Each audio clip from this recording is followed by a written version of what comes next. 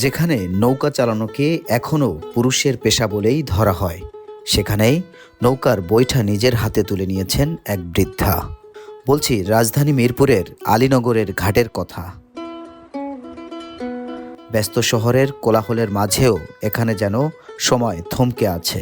উন্নয়নের ঢেউ এসে ছুঁয়ে দেখেনি এই প্রান্তকে। এই ঘাটেই প্রতিদিন ভেসে ওঠে এক জীবনের গল্প।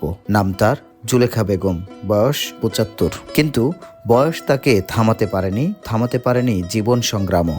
স্বামীর মৃত্যুর পর একা হাতে টেনে নিয়েছেন জীবনের বৈঠা।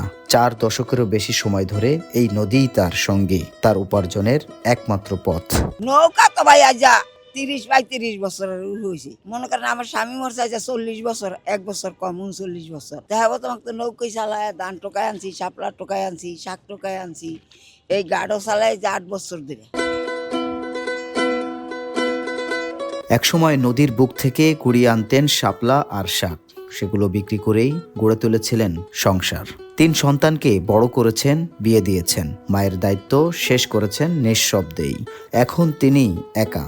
দিন শেষে আয় মাত্র ১০০ থেকে ১৫০ টাকা। সবার কাছে তো শুনছি খালি ফ্যামিলি কার্ড দেয়, আমাকে তো আর দিল না, খুঁজলো না। আমরা একটা ফ্যামিলি কার্ড আমার দিলে তো আমি চলতে পারতাম। নদী ভাঙনে হারিয়েছেন নিজের ভিটামাটি। গত ৯ বছর ধরে আশ্রয়ে অন্যের ঘরে, ভাড়া ছাড়াই থাকলেও নেই কোনো নিশ্চয়তা। তাই চান প্রধানমন্ত্রীর সহায়তা। সময় বদলায়, শহর বদলায়, কিন্তু সব মানুষের ভাগ্য বদলায় না।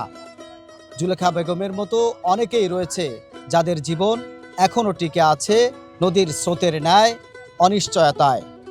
মিরপুর আলীনগর ঘাট থেকে মিসবাউদ্দিন, নিরপেক্ষ, ঢাকা।